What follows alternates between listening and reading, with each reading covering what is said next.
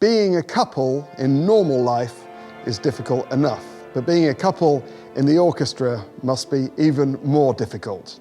Henk Rubing is the solo second violinist, and Marijn Meinders is number 3, first violins. So the question on everyone's lips is, which one's easier, second or first violins? Hello.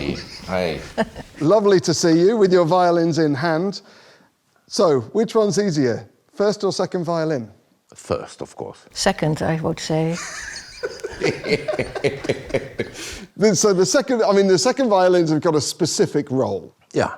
What is the history of the second violin? I mean, why are they not just violins? Well, first there was a melody, and composers thought, well, perhaps it's more interesting to accompany this with harmony and with a bass, and so I'm responsible, or the second violins are responsible, to make it all happen for the first. Which is why playing the second violin is more difficult than the first. Absolutely, because you have to be flexible.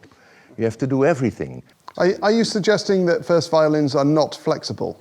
Oh yes, of course they have, but it's another profession. Would you agree with all of that? No, of course not.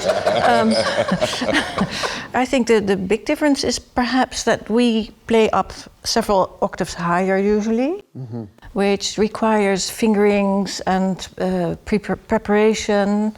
So yeah, there is quite a difference, I would say. Yeah. How did you get together in the orchestra? When I came in the orchestra, Henk was already there, and then we met on tour in Birmingham. One of the most romantic cities in the world. Yes, Birmingham is the place for us. You told me that it took you like 9 years to actually finally sort of deal with everything, but you're working together the whole time, we're touring together the whole time. Yep. How is that? It's been lovely to go to all these places and taste all these different cultures together and not having to come home and explain where you were or what you did. And is it that you could both come home and completely disagree on how a concert went? Oh yes. Yes.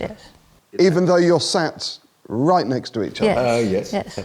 It happens, yeah. It's the most extraordinary thing, isn't it? You should never ask a musician how a concert went, because their experience But is... you know, this is a matter of taste.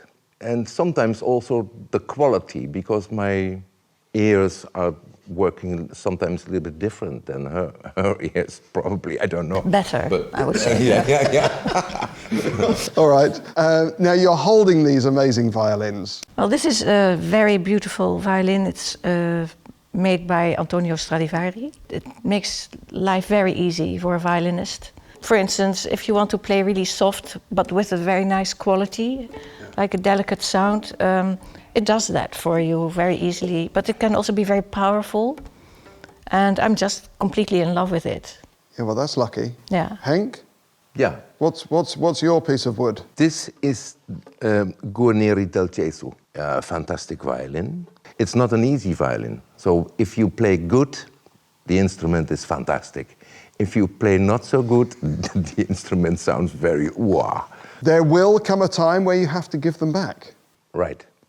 How is that going to feel? It's okay. In a little bit more than 1 year, I will leave the orchestra, and then I will have to give it back. And, well, that's also good. You know, you're talking about retirement. Yeah. Are you intending to carry on playing? And is that the intention? Yeah. But another very big thing is I hope to start making violins. Really? To build violins, yeah. So I have all the tools already, etc., etc. So that means, Marijn, that your house is going to be full of wood chippings and smell like varnish. Yeah, just you know, the lower half, I suppose. Wow. Yeah. Guys, it's a delight to have got to know you and in the orchestra, and you're really, as well as being wonderful people, you're inspirational musicians as well. Always I look and I'm inspired, and I love what you do, and thank you very much for coming to speak to us, and really appreciate it. Our pleasure. Our Thank you. pleasure. Thank you. Thanks.